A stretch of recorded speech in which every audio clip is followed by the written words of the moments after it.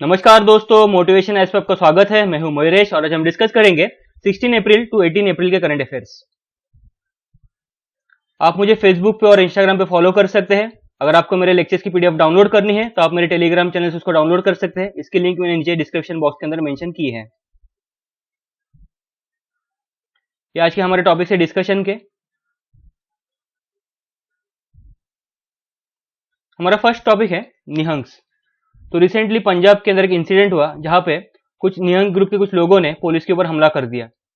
तो इनके हम बेसिक्स में जाते हैं। तो निहंग क्या है? तो एक सिख वॉरियर ग्रुप है। इनका फॉर्मेशन हुआ था गुरु गोविंद सिंह जी के द्वारा, जो कि सिखों के 10वें गुरु थे। इस ग्रुप के फॉर्मेशन की कहानी बड़ी मजेदार है। तो गुरु गोविंद सिंह जी के 4 बेटे थे, उनमें से सबसे छोटे बेटे थे फतेह सिंह। तो उनके जो तीन बड़े भाई जब लड़ाई की प्रैक्टिस कर रहे थे तो फतेह सिंह जी को उनके अंदर शामिल नहीं किया जा रहा था क्योंकि वो छोटे थे। तो फतेह सिंह जी नाराज होकर कमरे में चले गए और उन्होंने इस ब्लू कलर की इस तरीके से यूनिफॉर्म पहन के और हथियारों से लेस होके बाहर आ गए। तो ब्लू कलर का ड्रेस है, ब्लू कलर की पगड़ी है और पूरी हथियार के साथ वो बाहर आ गए। तो उन्हें देख के गुरु गोविंद सिंह जी को बड़ी खुशी हुई और उन्होंने तय कर दिया कि खालसा के अंदर एक एफिशिएंट फौज होगी, उसका नाम होगा निहंग और उसकी यूनिफॉर्म कुछ इस तरीके से होगी। तो जो निहंग ग्रुप है वो खालसा कोड को स्ट्रिक्ट सेंस से फॉलो करते हैं और इनका जो निशान होता है वो नीले रंग का होता है। इस फौज को गुरु दी लाडली फौज भी कहा जाता है। तो गुरु गोविंद सिंह जी सिखों के 10वें गुरु थे। इन्होंने खालसा दल का फॉर्मेशन किया था। इन्होंने सिखों के ग्रुप को एक वॉरियर ग्रुप में कन्वर्ट कर दिया था। तो इनके बाद जो गुरुशिप थी वो ट्रांसफर हो गई गुरु ग्रंथ साहिब के पास में। आपके लिए यहाँ पे क्वेश्चन है कि सिखों के फर्स्ट गुरु कौन थे जिन्होंने सिख धर्म की वहां पे स्थापना की? आपको इसका आंसर कमेंट सेक्शन में देना है। नेक्स्ट टॉपिक है वर्ल्ड इकोनॉमिक आउटलुक रिपोर्ट। तो इंटरनेशनल मॉनेटरी फंड ने रिसेंटली इस रिपोर्ट को जारी किया है। इसके अंदर जो भी ग्लोबल आउटपुट है वो 3% से कॉन्ट्रैक्ट हो रहा है। ऐसी रिपोर्ट सामने आई है 2020 के अंदर और ये 2008-9 के क्राइसिस से भी ज्यादा बुरा क्राइसिस होगा। तो टोटल जो ग्लोबल जीडीपी है उसके अंदर $9 ट्रिलियन का वहां पे लॉस होने वाला है। इस रिपोर्ट के अंदर से मेंशन है। इंडिया के बारे में भी इसकी रिपोर्ट के अंदर कुछ डेटा सामने आया है कि इंडिया में 2020 का जो जीडीपी होगा वो 1.9% तक गिर जाएगा। बट एक अच्छी खबर भी है कि 2021 में इंडिया का जो जीडीपी है वो 7.4% तक ग्रो कर जाएगा। तो आईएमएफ 3 रिपोर्ट जारी करती है। फर्स्ट है world economic outlook report, second है ग्लोबल फाइनेंशियल स्टेबिलिटी रिपोर्ट और थर्ड है फिस्कल मॉनिटर। तो आईएमएफ के हम बेसिक्स में जाते हैं। इसकी स्थापना हुई थी 1945 में। इंडिया भी इसी साल इसका मेंबर बना। तो इसका प्राइमरी पर्पज है आईएमएफ का कि इंटरनेशनल मॉनेटरी सिस्टम में, एक्सचेंज रेट सिस्टम में और इंटरनेशनल पेमेंट सिस्टम में एक स्टेबिलिटी को इंश्योर करना। नेक्स्ट टॉपिक है एशियान। तो रिसेंटली एशियन कंट्रीज के बीच में एक ऑनलाइन समिट हुई, उसको चेयर किया था वियतनाम ने। तो एशियन की फुल फॉर्म है association of south east Asian Nations. एक रीजनल ऑर्गेनाइजेशन है जो कि एशिया पैसिफिक के कंट्रीज के बीच में पॉलिटिकल स्टेबिलिटी और सोशल स्टेबिलिटी को मेंटेन करती है। इसका फॉर्मेशन हुआ था 1967 में बैंकॉक डिक्लेरेशन से। इसके हेडक्वार्टर से जकार्ता इंडोनेशिया के अंदर। इसका मोटो है एशियान का one vision, one identity, one community. यहाँ पे 10 मेंबर कंट्रीज है एशियान के। इंडिया इसका मेंबर नहीं है। नेक्स्ट टॉपिक है फ्लोर टेस्ट। तो रिसेंटली मध्य प्रदेश के गवर्नर लालजी टंडन जी ने कमलनाथ जी के सरकार को फ्लोर टेस्ट कराने का आदेश दिया था। तो सुप्रीम कोर्ट ने इस आदेश को सही ठहराया। तो फ्लोर टेस्ट के हम बेसिक्स में जाते हैं। फ्लोर टेस्ट यानी क्या?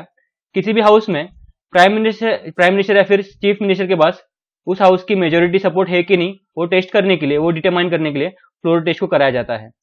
तो लोकसभा में एमपीज वोट करते हैं और स्टेट्स के अंदर, असेंबली के अंदर स्टेट के एमएलए वहां पे वोटिंग करते हैं। तो फ्लोर टेस्ट से रिलेटेड एक इंटरेस्टिंग केस है एसआर बोमई केस। तो आप इस केस का सिग्निफिकेंस जो है आपको कमेंट सेक्शन में लिखना है। तो सुप्रीम कोर्ट ने यह भी ऑब्जर्वेशन वहां पे दिए है कि गवर्नर को अगर लगा कि किसी भी गवर्नमेंट के पास में, स्टेट के, अगर हाउस के अंदर मेजोरिटी सपोर्ट नहीं है, कॉन्फिडेंस नहीं है, वो तो कभी भी वो फ्लोर टेस्ट को कॉल कर सकते हैं। बट गवर्नर किसी भी पार्टी को फेवर वहां पे नहीं करेंगे और गवर्नर को स्पीकर के डिसीजन की वहां पे वेट नहीं करना पड़ेगा फ्लोर टेस्ट कराने के लिए। हमारा नेक्स्ट टॉपिक है सहयोग ऐप। इस ऐप को डेवलप किया है सर्वे ऑफ इंडिया के द्वारा। एक ई प्लेटफॉर्म है जो कि जियो टैग इंफॉर्मेशन का कलेक्शन करेगा नेशनल क्रिटिकल इंफ्रास्ट्रक्चर के ऊपर, और गवर्नमेंट को और पब्लिक हेल्थ एजेंसीज को हेल्प करेगा कोरोना से लड़ने के लिए। तो ये ऐप जो आरोग्य सेतु ऐप को लॉन्च किया गया था कुछ दिनों पहले, उसको ये कॉम्प्लीमेंट करेगा। सर्वे ऑफ इंडिया के हम बेसिक्स में जाते हैं। एक national survey and mapping organisation है जो कि department of science and tech के अंडर है। इसके हेडक्वार्टर्स है देहरादून में। ये इंडिया की सबसे ओल्डेस्ट साइंटिफिक डिपार्टमेंट है जिसकी स्थापना हुई थी 1767 में, ब्रिटिश इरा में इसकी स्थापना हुई थी। इस सर्वे ऑफ इंडिया का काम है कि गवर्नमेंट को एडवाइस देना सर्वे मैटर्स पे, जियोडेसी, फिर फोटोग्रामेट्री, मैपिंग और मैप रिप्रोडक्शन के ऊपर। तो इंडिया की जो भी मैपिंग्स फाइनलाइज होती है सर्वे ऑफ इंडिया ही उसको करती है। तो जियोडेसी यानी क्या? अर्थ के ज्योमेट्रिक शेप को मेजर करना, उसको अंडरस्टैंड करना, उसको स्टडी करना। और फोटोग्रामेट्री यानी फोटोग्राफ से मेजरमेंट को स्टडी करना। नेक्स्ट टॉपिक है मीजल्स। तो रिसेंटली यूनाइटेड नेशंस की रिपोर्ट में सामने आया है कि कोविड-19 के पैंडेमिक के कारण जो भी कंट्रीज है उनके अंदर मीजल्स इम्यूनेशन जो कैंपेन है उसके अंदर डिले या फिर कैंसर होते दिखाई दे रहे हैं। तो मीजल्स के हम बेसिक्स में जाते हैं। एक हाईली कंटेजियस वायरल डिसीज है, ये वायरस से होता है। इसकी वैक्सीन अवेलेबल है, फिर भी इसी कारण बहुत सारे बच्चों की ग्लोबली हर साल डेथ होती है। ये ड्रॉपलेट्स के द्वारा ट्रांसमिट होते हैं, इसके जो वायरस है वो। ये मोस्टली आपको अफ्रीका और एशियन कंट्रीज में दिखाई देगी जहां पे बच्चों के अंदर नरिशमेंट की वहां पे कमी है और विटामिन ए की डेफिशिएंसी वहां पे दिखाई दे रही है। फिर वर्ल्ड हेल्थ ऑर्गेनाइजेशन ने ग्लोबल वैक्सीनेशन एक्शन प्लान चलाया है मीजल्स और रूबेला से लड़ने के लिए। रूबेला, इसको जर्मन मीजल्स भी बोलते हैं, एक कंटेजियस वायरल इन्फेक्शन है। नेक्स्ट टॉपिक है डिजास्टर मैनेजमेंट एक्ट 2005। तो recently national disaster management authority ने डीएम एक्ट के under chairman of national executive committee को यह आदेश दिए हैं कि जो भी हमारा लॉकडाउन है उसको 3 मई तक उसको एक्सटेंड कराया जाए। तो डिजास्टर मैनेजमेंट एक्ट जो है वो सेंट्रल गवर्नमेंट को एम्पावर करती है कि देश इंडिया के अंदर या फिर इंडिया के किसी भी कोने के अंदर नेशनल डिजास्टर को डिक्लेयर करके वहां पे मेजर्स लिए जाए उसके खिलाफ लड़ने के लिए। तो कोविड-19 को भी as a national disaster declare कर दिया है इस एक्ट के अंडर। तो एनडीएमए जो है एक स्टेट्यूटरी बॉडी है जो कि बनी है डीएम एक्ट के अंडर। ये आती है मिनिस्ट्री ऑफ होम अफेयर्स के नीचे। इसका गठन हुआ था 2006 में और इसके चेयरमैन होते हैं prime minister of India. National executive committee के हम बेसिक्स देख लेते हैं। तो इस कमेटी का formation section 8 of DM act के अंडर हुआ है। ये कमेटी जो है असिस्ट करती है एनडीएमए को डिजास्टर मैनेजमेंट प्लान को बनाने के लिए। इसके एक एक्स ऑफिशियल चेयरपर्सन होते हैं union home secretary. Next topic है नेशनल इंफॉर्मेटिक्स सेंटर। तो रिसेंटली एनआईसी ने यह जानकारी दी है कि ministry of health and family welfare के वेबसाइट्स पे और आईसीएमआर के वेबसाइट्स पे ज्यादा ट्रैफिक दिखाई दे रहा है। क्यों? क्योंकि लोग वहां पे कोविड-19 के बारे में इंफॉर्मेशन ढूंढ रहे हैं। तो एनआईसी एक बॉडी है, एक नेटवर्क प्रोवाइड करता है, ई गवर्नेंस सपोर्ट प्रोवाइड करता है सभी सेंट्रल गवर्नमेंट, स्टेट गवर्नमेंट और यूनियन टेरिटरीज के एडमिनिस्ट्रेशन को। ये इंडिया में एक nation wide state of art information and communication technology का इंफ्रास्ट्रक्चर तैयार करता है। इसकी स्थापना हुई थी 1976 में मिनिस्ट्री ऑफ इलेक्ट्रॉनिक्स के अंडर। और एनआईसी के एक वीडियो कॉन्फ्रेंसिंग सर्विस भी अवेलेबल है जिसके अंदर सभी गवर्नमेंट ऑफिशियल्स, फिर प्रेसिडेंट ऑफ इंडिया, इंडिया के प्राइम मिनिस्टर, इंडिया के सभी यूनियन मिनिस्टर्स और गवर्नर्स और चीफ मिनिस्टर्स के अंदर वीडियो कॉन्फ्रेंसिंग कर सकते हैं। हमारा नेक्स्ट टॉपिक है नेशनल लीगल सर्विस अथॉरिटीज को हम शॉर्ट में नालसा भी बोलते हैं। तो रिसेंटली नालसा के रिपोर्ट में सामने आया है कि ऑलमोस्ट 11,000 कैदियों को जो भी अंडर ट्रायल्स थे, जिनके ऊपर ट्रायल चल रही थी, अभी तक वो गुनहगार घोषित नहीं हुए थे, उनको जेल से रिहा कर दिया है क्योंकि कोविड-19 के पैंडेमिक के चलते जेल्स को डीकंजेस्ट करना था इसलिए। तो नालसा ये बॉडी बनी है लीगल सर्विसेज अथॉरिटीज एक्ट 1987 के अंडर। ये सभी वीकर सेक्शंस को फ्री लीगल सर्विस प्रोवाइड करती है और ये लोक अदालत को ऑर्गेनाइज करती है। लोक अदालत एक टाइप का अल्टरनेट डिस्प्यूट रेजोल्यूशन मैकेनिज्म है। तो नलसा के पैट्रन इन चीफ होते हैं चीफ जस्टिस ऑफ इंडिया और नलसा के एग्जीक्यूटिव चेयरमैन होते हैं सेकेंड सीनियर मोस्ट जज ऑफ सुप्रीम कोर्ट। नलसा एक ऑफिशियल न्यूज़लेटर भी चलाती है, उसका नाम है न्यायदीप।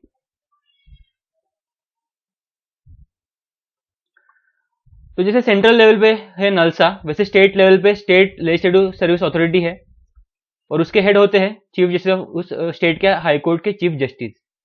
फिर डिस्ट्रिक्ट लेवल पे होता है डिस्ट्रिक्ट लीगल सर्विस अथॉरिटी, उसके चेयरमैन होते हैं उस डिस्ट्रिक्ट के डिस्ट्रिक्ट जज।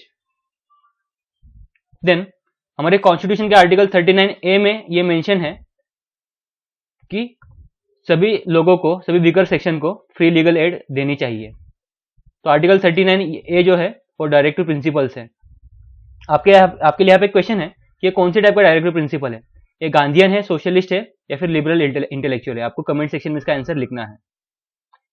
फिर आर्टिकल 14 एंड आर्टिकल 22 के अंदर भी ऑब्लिगेटरी किया है कि सभी के लिए इक्वलिटी बिफोर लॉ वहां पे मेंटेन हो जाए और सभी को इक्वल जस्टिस वहां पे प्रोविजन हो जाए। नेक्स्ट टॉपिक है रूपी स्लिप्स। तो रूपी की जो वैल्यू है वो डॉलर के मुकाबले कम हुई है रिसेंटली 17 पैसे, और अभी फिलहाल रूपी की जो वैल्यू है $1 इक्वल टू 76 रुपी 44 पैसे इतनी है। तो करेंसी डिप्रिसिएशन, रूपी स्लिप होने यानी क्या, करेंसी का डिप्रिसिएशन हो जाना। तो करेंसी डिप्रिसिएशन यानी क्या, किसी भी करेंसी का वैल्यू गिर जाना फ्लोटिंग एक्सचेंज रेट सिस्टम के अंडर। यानी वैल्यू कब गिरती है, ये मार्केट फोर्सेस के ऊपर डिपेंड होती है। रूपी की मार्केट के अंदर कितनी डिमांड है, कितनी सप्लाई है करेंसी की, उसके ऊपर ये करेंसी डिप्रिसिएशन डिपेंडेंट होता है। और रुपये डिप्रिसिएशन यानी क्या, रुपये की डिमांड कम हो चुकी है मार्केट के अंदर, उसलिए ये इसका वैल्यू कम हो चुका है और ये डॉलर के मुकाबले कम हो चुकी है। तो डिप्रिसिएशन हम यहाँ पे एक एग्जांपल से समझते हैं। समझो किसी दिन $1 इक्वल टू 70 रुपीज थे और कुछ दिनों बाद $1 इक्वल टू 100 रुपीज हो गए। यहाँ पे क्या हुआ, यहाँ पे रुपये का डिप्रिसिएशन हो गया। क्यों? क्योंकि $1 के लिए हमें पहले से ज्यादा रुपीज का खर्चा करना पड़ता है, इसलिए इसको बोलते हैं रुपये का डिप्रिसिएशन करना।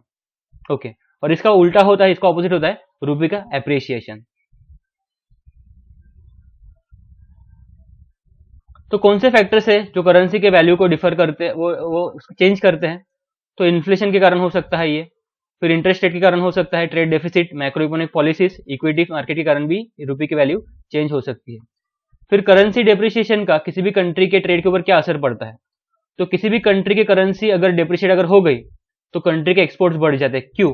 क्योंकि उस कंट्री का जो करेंसी होती है वो वीक हो जाती है, और जो भी सामने वाली जो कंट्री है उसके साथ जो ट्रेड करेगी डॉलर के अंदर, तो उसको कम डॉलर्स खर्चे करने पड़ेंगे उस रुपये के मुकाबले, उस करेंसी के मुकाबले। इसलिए उस कंट्री के एक्सपोर्ट्स यहाँ पे सस्ते हो जाते हैं जिस कंट्री की करेंसी डिप्रिशिएट हो जाती है।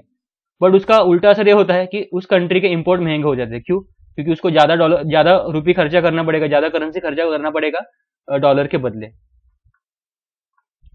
तो आरबीआई यहाँ पे क्या रोल प्ले करती है? अगर समझो करेंसी रुपये का अगर डिप्रेशन होना स्टार्ट अगर हो गया तो उसके बहुत सारे नेगेटिव कंसिक्वेंसेस भी है। तो उसको रोकने के लिए आरबीआई, अगर रुपये के वैल्यू को में जो गिरावट जो आ रही है उसको रोकने के लिए आरबीआई डॉलर को सेल करेगी मार्केट में और मार्केट में से रुपये को निकाल देगी, कम करेगी। एक बार मार्केट में रुपये की कमी अगर आ गई तो उसकी रुपये की डिमांड बढ़ेगी मार्केट में, और अगर रुपये की अगर डिमांड बढ़ गई तो रुपये की जो वैल्यूएशन है उसकी वैल्यू बढ़ने स्टार्ट हो जाएगी और रुपये का जो डिप्रिसिएशन है वो रुक जाएगा। तो आरबीआई इस तरीके से इंटरवीन कर सकती है। और सेकंड तरीके से आरबीआई इंटरवीन कर सकती है मॉनेटरी पॉलिसी का यूज करके। तो हमने ऑलरेडी मॉनेटरी पॉलिसी को बहुत बार डिस्कस कर चुके लेक्चर्स के अंदर। तो repo rate, reverse repo rate, MSF, LF, वो सब चीजें हमारे मॉनेटरी पॉलिसी के अंडर आती है। हमारा नेक्स्ट टॉपिक है सिविल डिफेंस वॉलेंटियर्स। तो रिसेंटली 50,000 सिविल डिफेंस वॉलेंटियर्स ने लोकल एडमिनिस्ट्रेशन को मदद कर रहे हैं कोविड-19 से लड़ने के लिए। तो सिविल डिफेंस एक्ट के अंडर बने हैं, ये वॉलेंट्री ऑर्गेनाइजेशन होता है। ये सिविल डिफेंस एक्ट सेक्शन 4 सभी स्टेट्स गवर्नमेंट को एम्पावर करता है कि वो लोकल एडमिशन के हेल्प के लिए एक वॉलेंट्री ग्रुप को तैयार करे। इस वॉलेंट्री ग्रुप को लीड करते हैं उस डिस्ट्रिक्ट के मैजिस्ट्रेट या फिर डिस्ट्रिक्ट कलेक्टर या फिर डिप्यूटी कमिश्नर, और मेन एंड वुमेन दोनों भी एलिजिबल है इस ग्रुप के अंदर शामिल होने के लिए। नेक्स्ट टॉपिक है एफसीआई एंड पीडीएस। एफसीआई का फुल फॉर्म है food corporation of India and PDS यानी पब्लिक डिस्ट्रीब्यूशन सिस्टम। तो फूड कॉर्पोरेशन ऑफ इंडिया एक पब्लिक सेक्टर अंडरटेकिंग है जो कि मिनिस्ट्री ऑफ कंज्यूमर अफेयर्स के अंडर आती है। एक स्टेट्यूटरी बॉडी है जिसकी स्थापना हुई थी 1965 में, फूड कॉर्पोरेशन एक्ट 1964 के अंडर, और ये इंडिया के अंदर फूड ग्रेन्स का प्रोक्योरमेंट का काम करती है एफसीआई। नेक्स्ट है हमारा पब्लिक डिस्ट्रीब्यूशन सिस्टम, एक इंडियन फूड सिक्योरिटी सिस्टम है जो कि मिनिस्ट्री ऑफ कंज्यूमर अफेयर्स के अंडर आता है। इसका काम है कि इंडिया के अंदर जो भी फूड ग्रेन्स है वो अफोर्डेबल प्राइसेस में उसको डिस्ट्रीब्यूट करना, और ये सेंट्रल एंड स्टेट गवर्नमेंट की ज्वाइंट रिस्पॉन्सिबिलिटी है। तो सेंट्रल गवर्नमेंट की पीडीएस के अंदर क्या क्या रेस्पॉन्सिबिलिटीज है? तो सेंट्रल गवर्नमेंट एफसीआई के द्वारा फूड ग्रेन्स का प्रोक्योरमेंट करता है, स्टोरेज करता है, ट्रांसपोर्टेशन करता है, और उनको एलोकेट करता है स्टेट गवर्नमेंट्स के लिए। और स्टेट गवर्नमेंट्स की यहाँ पे क्या रेस्पॉन्सिबिलिटीज है? तो स्टेट गवर्नमेंट उस एलोकेटेड ग्रेन्स को स्टेट के विद इन डिस्ट्रीब्यूट करता है, जो भी एलिजिबल फैमिलीज है, जो भी पीडीएस के लिए जो भी एलिजिबल है उनको आइडेंटिफाई करता है, रेशनिंग कार्ड को इश्यू करता है, जो भी रेशनिंग की दुकान है उसको फेयर प्राइस शॉप्स बोलते हैं उनको रेगुलेट करता है। ये सब जिम्मेदारी है स्टेट गवर्नमेंट्स की। तो सेंट्रल गवर्नमेंट पीडीएस के अंडर व्हीट, राइस, शुगर और केरोसिन, ये 4 चीजें स्टेट गवर्नमेंट के देती है, और स्टेट गवर्नमेंट इन चारों के अलावा जो भी लोकल नीड के हिसाब से और भी कुछ चीजें पीडीएस के अंडर दे सकती है लोगों को। हमारा नेक्स्ट टॉपिक है इंटरनेशनल एनर्जी एजेंसी। तो रिसेंटली इंटरनेशनल एनर्जी एजेंसी की रिपोर्ट में सामने आया है कि जो भी ग्लोबल ऑयल की डिमांड है वो कम हो रही है इकोनॉमिक लॉकडाउन के कारण, और ऑयल के जो प्राइसेस है तेजी से कम हो रहे हैं। तो इसके हम बेसिक्स में जाते हैं आईईए के। तो इंटरनेशनल एनर्जी एजेंसी इसकी स्थापना हुई थी 1974 में ओईसीडी के फ्रेमवर्क के अंडर, और एक इंटर गवर्नमेंटल ऑर्गेनाइजेशन है। इसका काम है कि क्लीन एनर्जी अफोर्डेबल प्राइस में और रिलायबल के तरीके से इसको एंश्योर करे। इसके हेडक्वार्टर है पेरिस, फ्रांस के अंदर। आपके लिए यहाँ पे एक होमवर्क है कि ओईसीडी का फुल फॉर्म क्या है और इसके हेडक्वार्टर्स कहाँ पे, आपको कमेंट सेक्शन में इसका आंसर देना है। देन इंटरनेशनल एनर्जी एजेंसी के अभी फिलहाल 30 मेंबर्स है, और वो कंट्रीज इसके मेंबर बनने के एलिजिबल हो जाते हैं जो कंट्रीज ओईसीडी के मेंबर्स है। तो इंटरनेशनल एनर्जी एजेंसी जो है वो इन रिपोर्ट्स को पब्लिश करती है: global energy and CO2 status report, world energy outlook, world energy statistics, world energy balances, और energy technology perspectives. Next topic है नेशनल ह्यूमन राइट्स कमीशन। तो रिसेंटली ह्यूमन राइट्स कमीशन ने सेंटर एंड स्टेट्स को कुछ advisory जाहिर की है। उसके अंदर जो भी लॉकडाउन के नियम लागू करने के समय ह्यूमन राइट्स का ध्यान रखा जाए, ये उन्होंने वहां पे ऑर्डर जारी किए हैं। तो नेशनल ह्यूमन राइट्स कमीशन एक स्टेट्यूटरी बॉडी है जिसकी स्थापना हुई थी 1993 में protection of human rights act के अंदर। फिर ये जो प्रोटेक्शन ह्यूमन राइट्स एक्ट जो है ये स्टेट्स के अंदर भी स्टेट ह्यूमन राइट्स कमीशन की स्थापना करने की परमिशन देता है, और 1991 के पेरिस प्रिंसिपल्स के लाइंस पे इस कमीशन का गठन हुआ था। इस कमीशन में एक चेयरमैन और 5 मेंबर्स होते हैं जिनके अंदर एटलीस्ट एक महिला होनी चाहिए। इनके अलावा इसके अंदर कुछ एक्स ऑफिशियो मेंबर्स भी होते हैं। ये एक्स ऑफिशियो मेंबर्स कौन होते हैं आपको कमेंट सेक्शन में इसका आंसर लिखना है। आपके लक्ष्मीकांत के अंदर ये दिया है। देन इसके जो चेयरपर्सन होते हैं वो व्यक्ति होते हैं जो ऑलरेडी इंडिया के चीफ जस्टिस रह चुके हो या फिर सुप्रीम कोर्ट के जज रह चुके हो।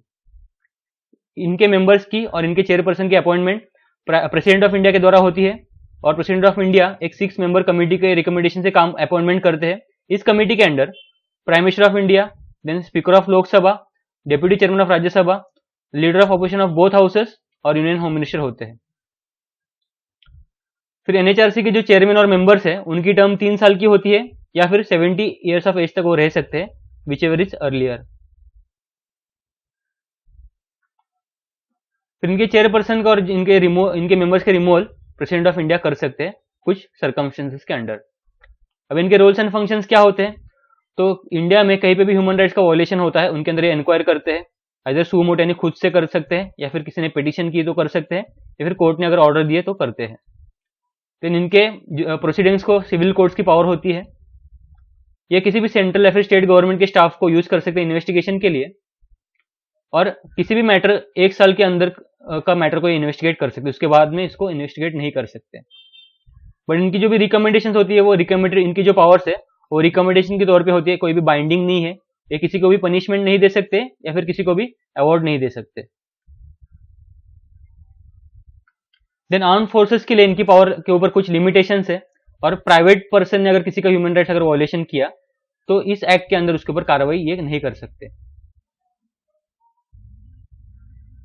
हमारा नेक्स्ट टॉपिक है त्रिशूर पूरम फेस्टिवल। तो ये फेस्टिवल केरला में मनाया जाता है, बट इस साल कोविड-19 के कारण इसको कैंसिल कर दिया गया है।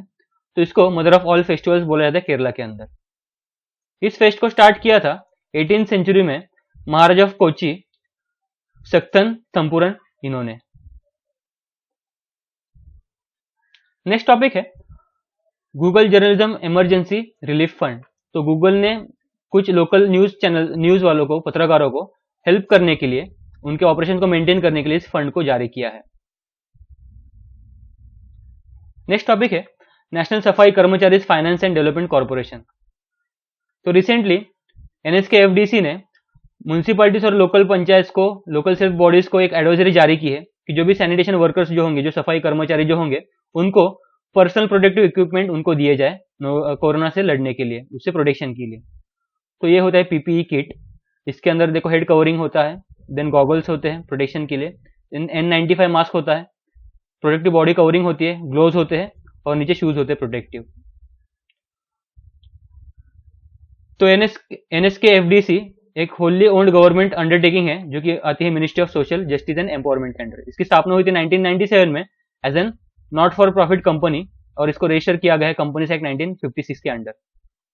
इसका काम है कि सफाई कर्मचारियों का सोशल एंड इकोनॉमिक अपलिफ्टमेंट करना।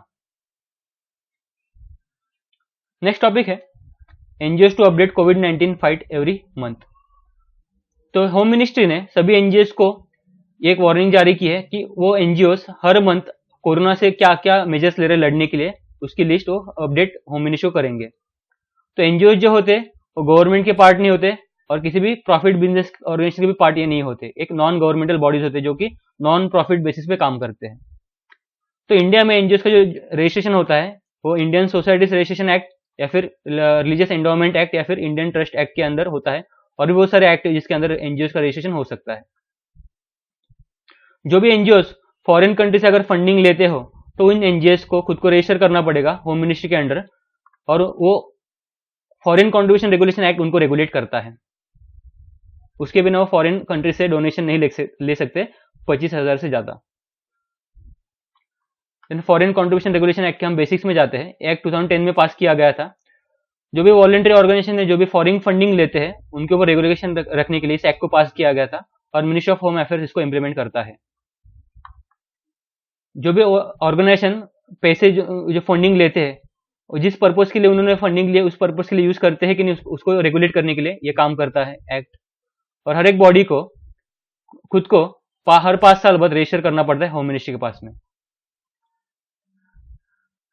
नेक्स्ट टॉपिक है सोशल रिसेशन।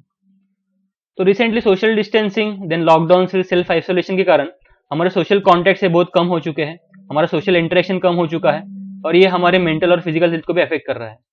तो ह्यूमन बीइंग बेसिकली एक सोशल एनिमल है, हमें सोशल एंगेजमेंट की आदत होती है, बट ये सोशल एंगेजमेंट्स कम होने के कारण कुछ केसेस सामने आए जैसे कि स्ट्रेस हार्मोन का बढ़ जाना, फिर कुछ साइकोलॉजिकल चेंजेस सामने आ सकते हैं जैसे कि हार्ट रेट बढ़ जाना, मसल टेंशन बढ़ना, फिर ब्लड का थिकनिंग होना, इसको हम फाइट और फ्लाइट रेस्पॉन्स भी बोलते हैं।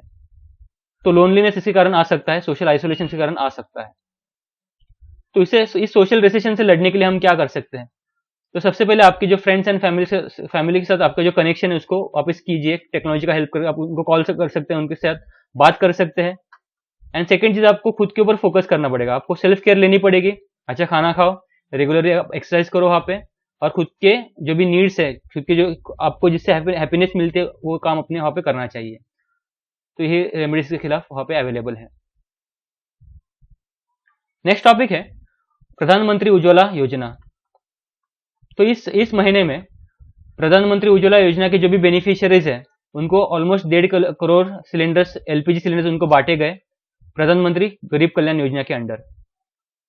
तो प्रधानमंत्री उज्ज्वला योजना के हम बेसिक्स में जाते हैं। इस योजना को 2016 में स्टार्ट किया था ministry of petroleum and natural gas के अंडर। इस योजना के अंडर जो भी पुअर हाउस होल्ड है उनको फ्री एलपीजी कनेक्शन मिलता है। तो इस योजना के लिए कौन कौन एलिजिबल है? तो कोई भी महिला जिसकी एज 18 से कम है और वो इंडिया की सिटीजन है। देन जो भी एप्लीकेंट हो वो बीपीएल के नीचे हो। देन ऑलरेडी जिसके पास एलपीजी के कनेक्शन है वो योजना का लाभ नहीं उठा सकते। जिस भी फैमिली का जो हाउस होल्ड इनकम है वो कुछ सर्टेन लिमिट से कम होना चाहिए स्टेट एंड सेंटर के हिसाब से। फिर उन एप्लीकेंट का जो नाम है वो 2011 के social and economic caste census के अंडर आना चाहिए, और वो जो लाभार्थी है किसी अन्य योजना का लाभार्थी ना होना चाहिए। तो ये अगर क्राइटेरिया अगर फुलफिल कर दिए तो किसी भी पर्सन को प्रधानमंत्री उज्ज्वला योजना का वहां पे लाभ मिलेगा। नेक्स्ट टॉपिक है सोवरेन गोल्ड बॉन्ड्स। तो रिसेंटली आरबीआई और गवर्नमेंट ने कंसल्टेशन से सोवरेन गोल्ड बॉन्ड को इशू किया है, करने की वहां पे बात की है। तो सोवरेन गोल्ड बॉन्ड्स इसको आरबीआई इशू करती है गवर्नमेंट के बिहाफ पे। तो एक टाइप की गवर्नमेंट सिक्योरिटी होती है जो कि डिनोमिनेटेड होती है ग्राम्स ऑफ गोल्ड के अंदर, और ये गोल्ड को फिजिकल वैल्यू को सब्स्टिट्यूट करता है। एक टाइप का सर्टिफिकेट होता है, एक टाइप का बॉन्ड होता है जो कि गोल्ड को फिजिकली सब्स्टिट्यूट कर देता है। इसको स्टार्ट किया था 2015 में। इसका ऑब्जेक्टिव है कि जो भी इंडियंस की जो गोल्ड की फिजिकल गोल्ड की जो डिमांड है उसको कम कर देना, और उनका जो भी डोमेस्टिक सेविंग्स है उसको फाइनेंशियल सेविंग्स में ट्रांसफर कर देना। कि गोल्ड की ज्यादा परचेस से हमारे इंपोर्ट बिल बढ़ रहे थे, तो उसको थोड़ा चेंज करने के लिए हमने इस स्कीम को लॉन्च किया है। तो इसके फायदे क्या है? तो आप जब भी इन बॉन्ड्स को जब रिडीम करेंगे तो आपको गोल्ड प्राइस का जो भी आप जिस प्राइस में आपने उसको खरीदा था वो तो प्राइस आपको मिल जाएगी मार्केट से, प्लस आपको इसका एक फिक्स रेट ऑफ इंटरेस्ट भी उसको मिल जाएगा आपके लिए। देन इसका जो टेनियर है वो 8 साल का है, आप 5वें साल भी इसको एग्जिट कर सकते हैं। अभी कौन कौन एलिजिबल इस बॉन्ड के अंदर इन्वेस्ट करने के लिए? तो कोई भी इंडिविजुअल रेसिडेंट है, या फिर हिंदू अनडिवाइडेड फैमिली है, या फिर कोई भी ट्रस्ट, यूनिवर्सिटी, या फिर कोई भी चैरिटेबल इंस्टीट्यूशन इसके अंदर इन्वेस्ट कर सकते हैं। इसकी मिनिमम इन्वेस्टमेंट वैल्यू है 1 ग्राम ऑफ गोल्ड, और इसकी मैक्सिमम लिमिट जो है कोई भी इंडिविजुअल या फिर कोई भी हिंदू अनडिवाइडेड फैमिली जो है 4 kg तक इसको इन्वेस्ट ले सकती है। कोई भी ट्रस्ट या फिर कोई भी यूनिवर्सिटी या फिर कोई भी चैरिटेबल इंस्टीट्यूशन इसको 20 किलो तक इसको ले सकती है। तो आपको एक गोल्ड बॉन्ड्स कहाँ पे मिलेंगे? तो इन्वेस्टर्स को किसी भी शेड्यूल्ड कमर्शियल बैंक्स के अंदर ये बॉन्ड्स मिल जाएंगे, बट आपको स्मॉल फाइनेंस बैंक और पेमेंट बैंक्स के अंदर ये बॉन्ड्स नहीं मिलेंगे। देन आप इस बॉन्ड्स को stock holding corporation of India limited से खरीद सकते हैं, या फिर आप स्टॉक एक्सचेंज से भी इसको बाय कर सकते हैं। हमारा नेक्स्ट टॉपिक है portable sensor for heavy metal detection in water. तो recently centre for nano and soft matter sciences ने इस पोर्टेबल सेंसर को डिजाइन किया है जो कि पानी के अंदर हेवी मेटल्स को डिटेक्ट करेगा। तो हम centre for nano and soft matter science के हम बेसिक्स में जाते हैं। तो एक ऑटोनोमस रिसर्च इंस्टीट्यूट है जो कि बना था 1991 में। ये मटेरियल रिसर्च करता है और ये आता है department of science and tech के अंडर। ये लोकेटेड है बेंगलुरु के अंदर, और इसको मेंटर करता है नैनो मिशन। तो नैनो मिशन को हम यहाँ पे समझ लेते हैं। इस मिशन को लॉन्च किया था 2007 में, एक कैपेसिटी बिल्डिंग प्रोग्राम है नैनो टेक्नोलॉजी का, और ये आता है department of science and tech के अंडर। नेक्स्ट टॉपिक है जूम ऐप। तो recently Indian cyber crime coordination centre जो कि मिनिस्ट्री ऑफ होम अफेयर्स के अंडर आता है, इसने जूम ऐप ये अनसेफ है यूज करने के लिए, ये ऐसे एडवाइजरी ऐसे गाइडेंस अभी जारी कर दी है। इसके हम बेसिक्स में जाते हैं। Indian cyber crime coordination centre जो है इसको सेटअप किया था 2018 में सभी टाइप के साइबर क्राइम से डील करने के लिए। Then computer emergency response team India एक ऑर्गेनाइजेशन है जो कि बनी है मिनिस्ट्री ऑफ इलेक्ट्रॉनिक्स के अंडर, और इंडिया की जो साइबर स्पेस है उसको सिक्योर करती है ये बॉडी। एक नोडल एजेंसी है साइबर सिक्योरिटी थ्रेट से लड़ने के लिए। नेक्स्ट टॉपिक है software technology park of India. तो रिसेंटली मिनिस्ट्री ऑफ इलेक्ट्रॉनिक्स ने जो भी कंपनीज इस एसटीपीआई के अंडर वहां पे इस एसटीपीआई के प्रीमियस में जो काम करे उनको 4 मंथ्स का जो भी भाड़ा है, जो भी वहां पे रेंट है, वो पे करने से उनको राहत दी है। तो इसके हम बेसिक्स में जाते हैं। Software technology park of India एक ऑटोनोमस सोसाइटी है जो कि आते हैं ministry of electronics and information tech के अंडर। इसकी स्थापना हुई 1991 में, और इसका मकसद है कि इंडिया के सॉफ्टवेयर एक्सपोर्ट्स को बूस्ट करना, उसको प्रमोट करना। इसके गवर्निंग काउंसिल के चेयरमैन होते हैं यूनियन मिनिस्टर ऑफ मीटी। नेक्स्ट टॉपिक है चित्रा जीन लैंप एन। तो एक डायग्नोस्टिक किट है जो कि कोरोना के पेशेंट को डायग्नोस करेगा 2 घंटे के अंदर ही और लो कॉस्ट में। इसको डेवलप किया है Shri Chitra Tirunal institute for medical science and technology Trivandrum ने, जो कि department of science and tech के अंडर आते हैं। तो काम कैसे करते हैं? तो किसी भी कोरोना के वायरस का जो भी न्यूक्लिक एसिड है उसके अंदर एन जीन को डिटेक्ट करता है आरटी लैम्प के मेथड से। तो आरटी लैम्प के मेथड को हम यहाँ पे समझ लेते हैं। तो इस मेथड के अंदर कोई भी वायरल डीएनए आरएनए है, उसकी डीएनए कॉपी को जनरेट करेंगे रिवर्स ट्रांसक्रिप्टेज मेथड से उसका यूज करके, और उसका आइसोथर्मल एम्प्लीफिकेशन किया जाएगा टोटल अमाउंट ऑफ डीएनए को बढ़ाने के लिए, एंड उससे वायरस को डिटेक्ट करेंगे। तो ये है चित्रा जीन लैंप एन। फिर हमारा आज का लास्ट टॉपिक है ओबिकस। तो रिसेंटली आरबीआई ने इस ओबिकस सर्वे को लॉन्च किया है, जो कि आरबीआई का क्वार्टरली सर्वे है मैन्युफैक्चरिंग सेक्टर के लिए, और आरबीआई 2008 से इस सर्वे को कंडक्ट करता है। इसका फुल फॉर्म है order books, inventories and capacity utilisation survey. तो सर्वे एक एक्चुअल डेटा को प्रेजेंट करता है, कौन से ऑर्डर बुक हुए हैं, फिर फैक्ट्रीज के अंदर रॉ मटेरियल्स की और फिनिश गुड की कितनी इन्वेंट्री लेवल कितनी है, और उस फैक्ट्री का या फिर किसी भी एंटरप्राइज का कैपेसिटी यूटिलाइजेशन कितना हुआ है वो स्टडी करता है, और इस डेटा के सहारे आरबीआई अपनी मॉनेटरी पॉलिसी फॉर्मुलेशन के लिए हेल्प करता है। तो आज के डिस्कशन में बस इतना ही। Thank you very much.